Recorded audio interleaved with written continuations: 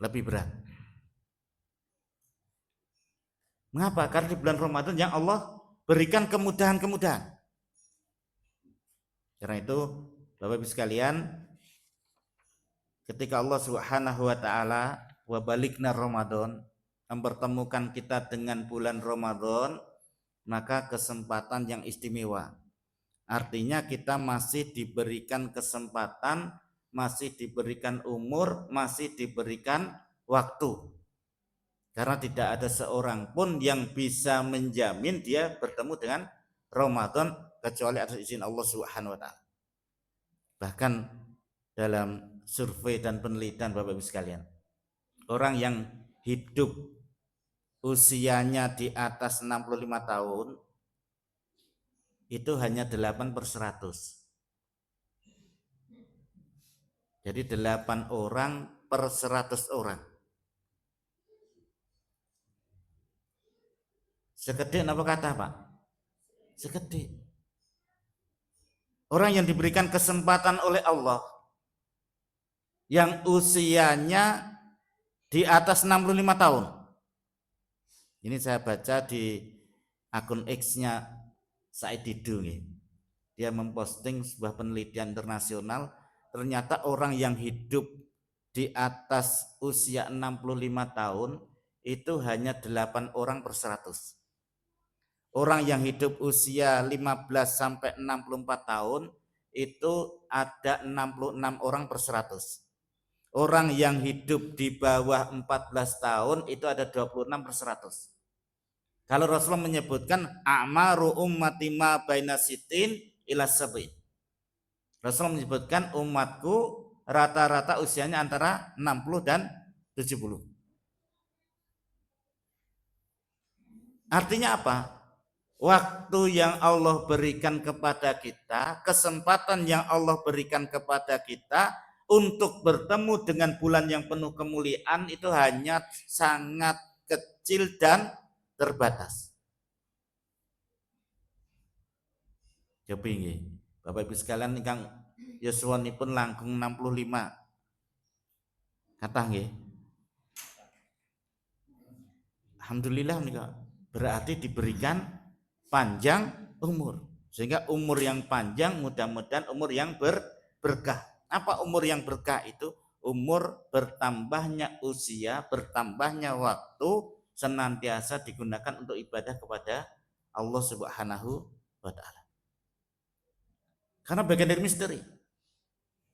Tidak ada seorang pun yang bisa menjamin dia masih hidup setelah ini. Ya ada. Makanya kita disuruh berdoa wa balikna Ramadan. Ya Allah, pertemukan kami dengan bulan Ramadan. Mengapa? Karena banyak keistimewaan di dalam bulan Ramadan. Nah, Bapak Ibu sekalian, apa yang perlu kita lakukan di hari-hari di bulan Ramadan? Di hari-hari bulan Ramadan agar harian kita di bulan Ramadan itu harian yang maksimal. Yang kita mulai dari bangun tidur. Ya, kita mulai dari bangun tidur. Ini saya baca dari bukunya Muhammad Abdul Twasikal, 24 jam bersama di bulan Ramadan. Dimulai dari bangun tidur.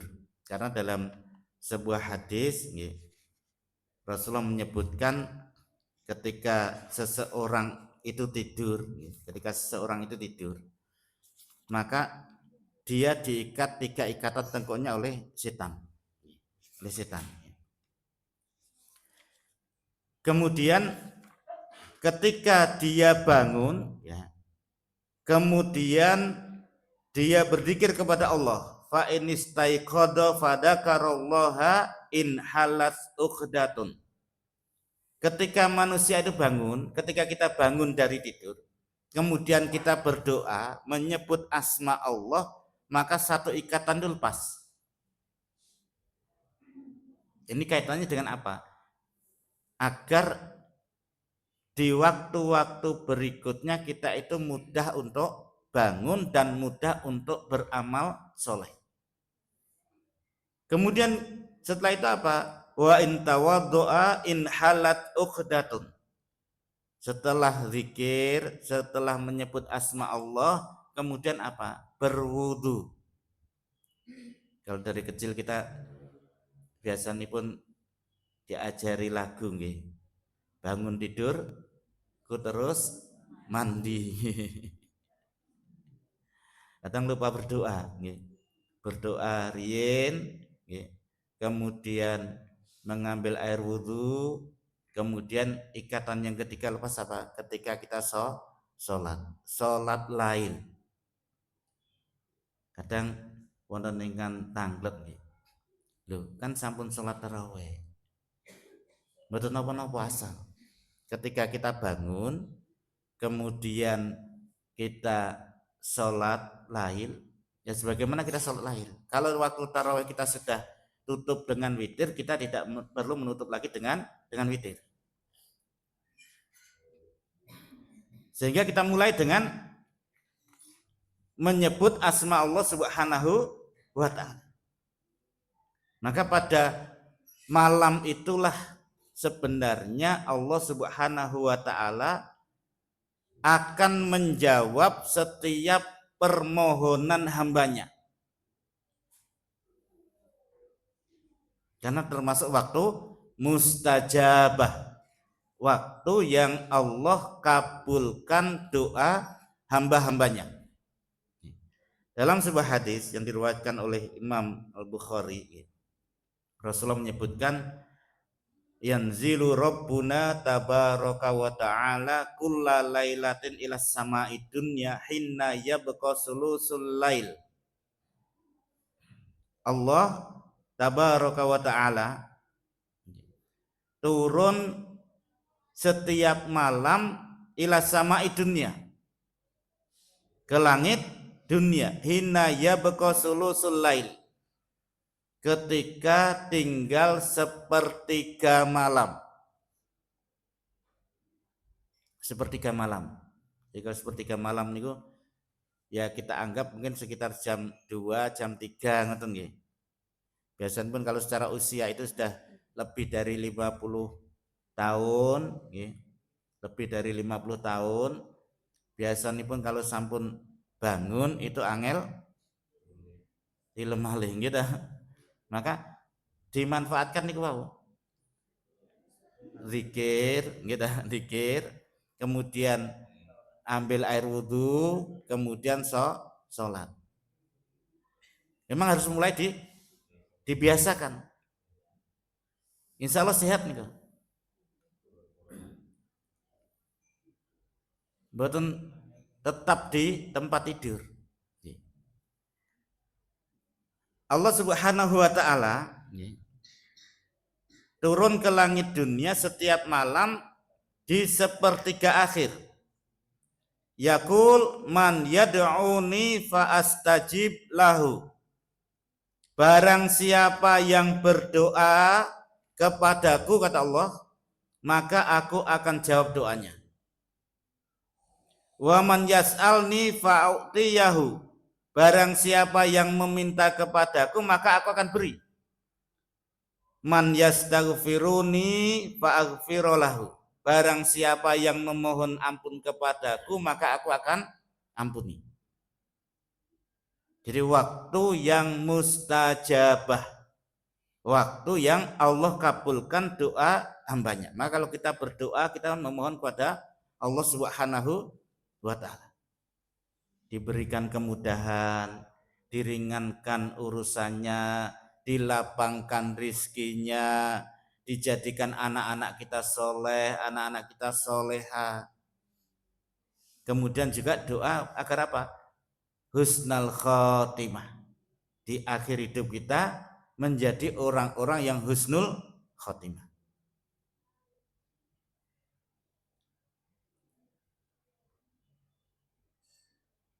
Monggo ini termasuk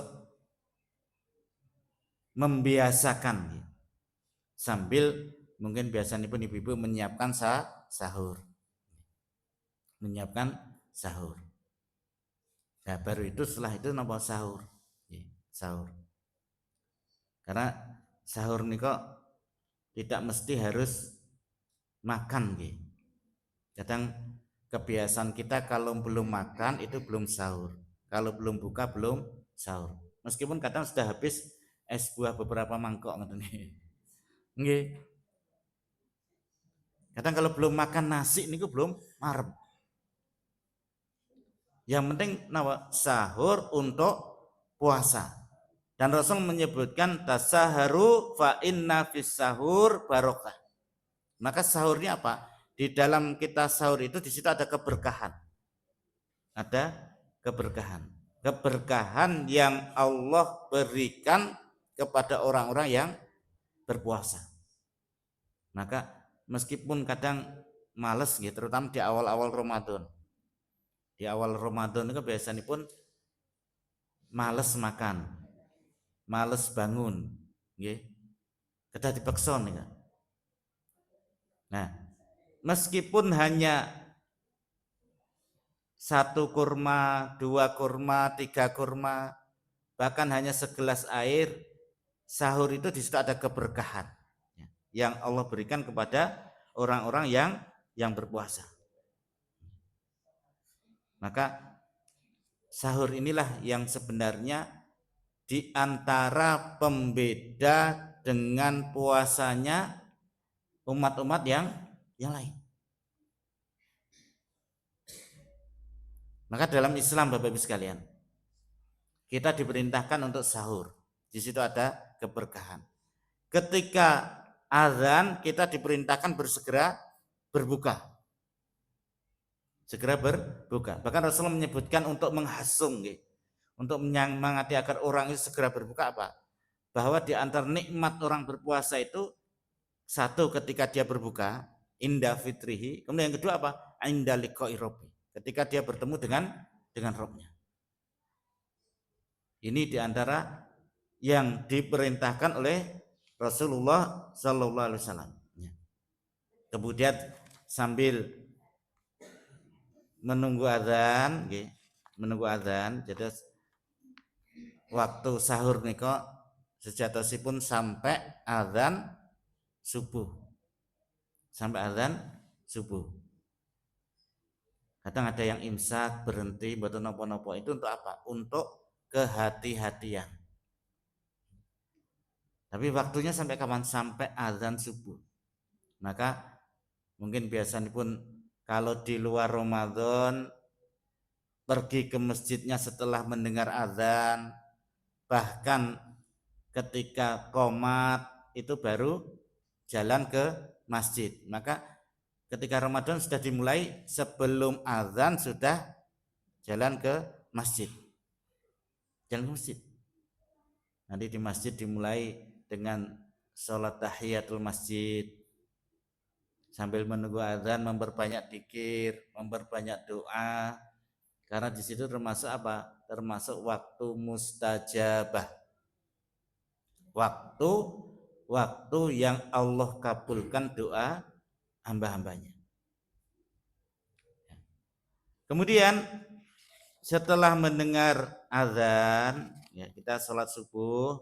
Kemudian jangan lupa sebelum sholat subuh apa? Raqatul fajri khairum minat dunya wa ma fiha. Ada sholat qobliyah 2 rakaat. Ada sholat qobliyah 2 rakaat.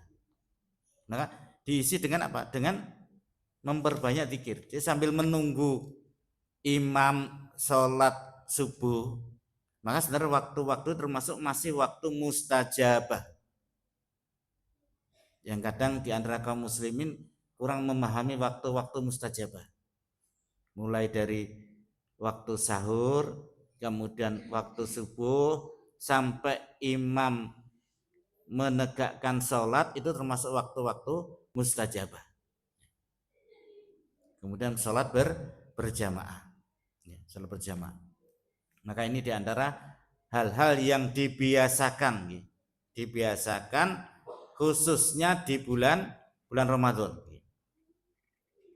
Kemudian setelah sholat subuh apa? Kembali memperbanyak zikir dan doa. Memperbanyak zikir dan doa. Kalau biasanya pun Ramadan itu ada kultum, ada tausiah, ya kita mengikuti, mendengarkan kultum dan nasihat meskipun berulang-ulang yang menyampaikan materinya sama. Karena namanya nasihat, Bapak Ibu sekalian, itu berlaku kepada siapapun dalam kondisi bagaimanapun. Meskipun diulang-ulang. Kadang-kadang wis bolak-balik materinya sama gitu. Kadang-kadang gitu. Tetapi kita mendengar, kita memahami. Kadang ada sesuatu yang Allah berikan secara khusus ke dalam hati kita masuk. Meskipun yang nyampaikan berbeda-beda. Selain itu apa? Bahwa dengan kita mendengarkan nasihat, mendengarkan tausiah, kita diberikan pahala oleh Allah Subhanahu wa taala. Dimudahkan oleh Allah Subhanahu wa taala. Meskipun berulang-ulang. Meskipun berulang-ulang. Loh kok sama atau materi ini? Betul apa? Karena dalam Islam nih kok, nasihat itu berulang-ulang tuh justru semakin menguatkan keimanan kepada Allah Subhanahu wa taala.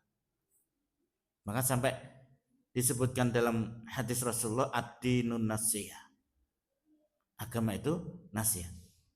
Maka meskipun kadang yang menyampaikan itu secara usia lebih muda, tapi ketika kita dengarkan, kita bersungguh-sungguh, kita pahami, mudah-mudahan dari situlah Allah Subhanahu wa taala membukakan pintu hidayah kepada kita, sehingga kita dimudahkan untuk beribadah, diringankan pergi ke masjid, kemudian juga diberikan kemudahan untuk bersedekah.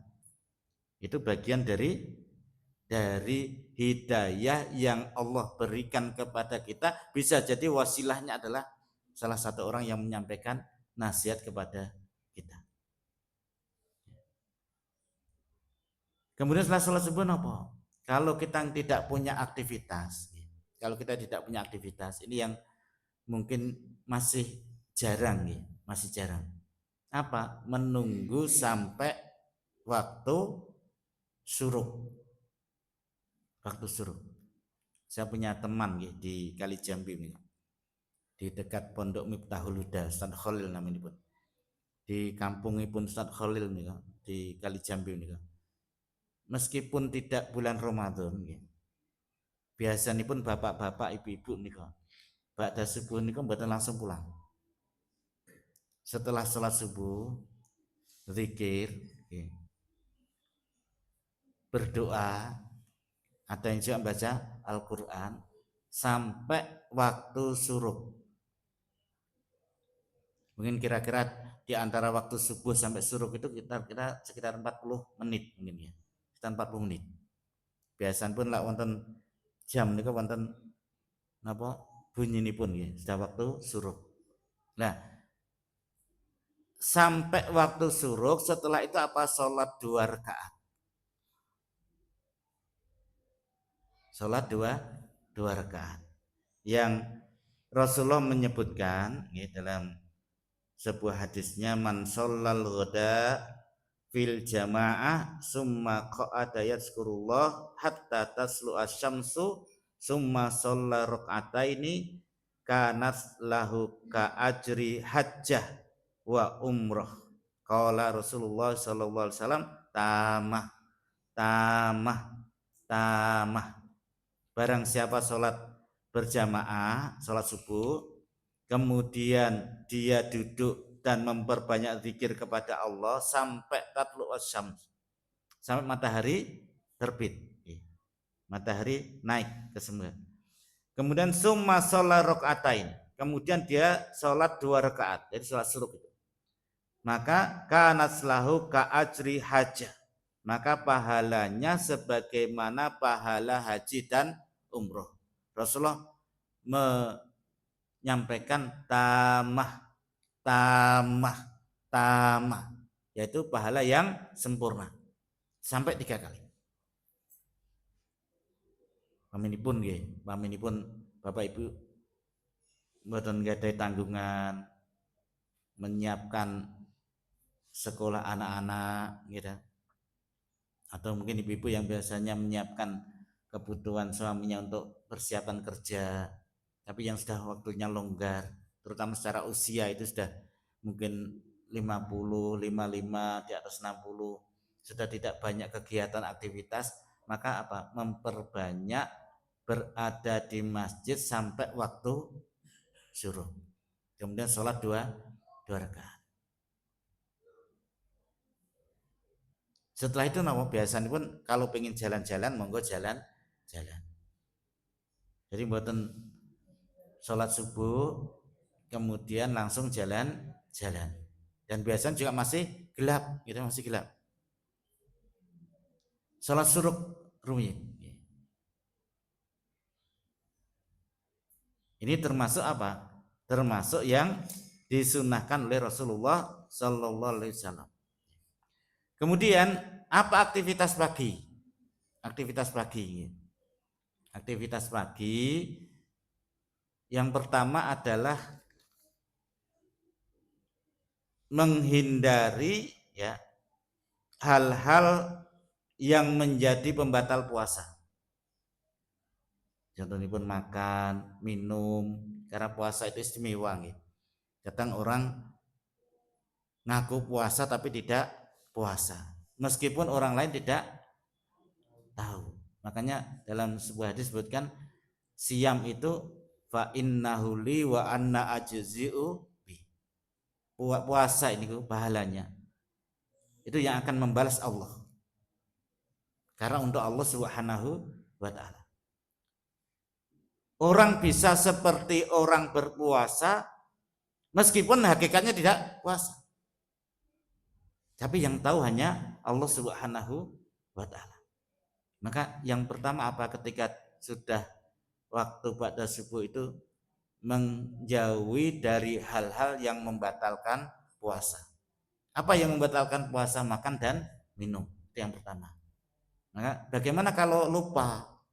Lupa ini kan buatan wonten napa? Buatan wonten hukumipun.